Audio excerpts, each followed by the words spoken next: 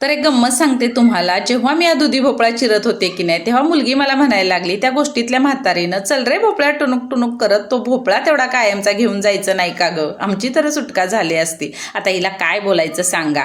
तर पहिल्यांदा बघा दुधीवरची साल काढून घ्यायची आणि जसे आपण बटाट्याचे काप करतो की नाही, तसे गोल गोल असे दुधीचे काप करायचे. त्याला तिखट, मीठ, हळद, गरम मसाला बस एवढंच चांगलं बघा चोळून घ्यायचं. आता पॅनमध्ये तेल घालायचं, तेलात मग दुधीचे काप बघा घालून की नाही दोन्ही बाजूनं जरा शिजवून घ्यायचे.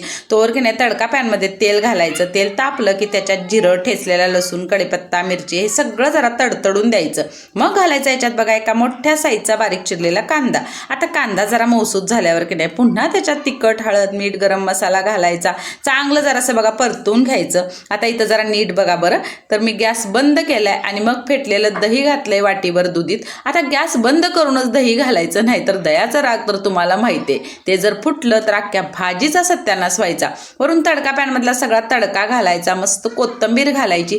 झटपट आपली दही दुधीची भाजी बघा तयार झाली. मी इथं भाताबरोबर ट्राय केली, चवीला एवढी भारी लागते. नक्की करून बघा आणि सबस्क्राईब पण करा बरं.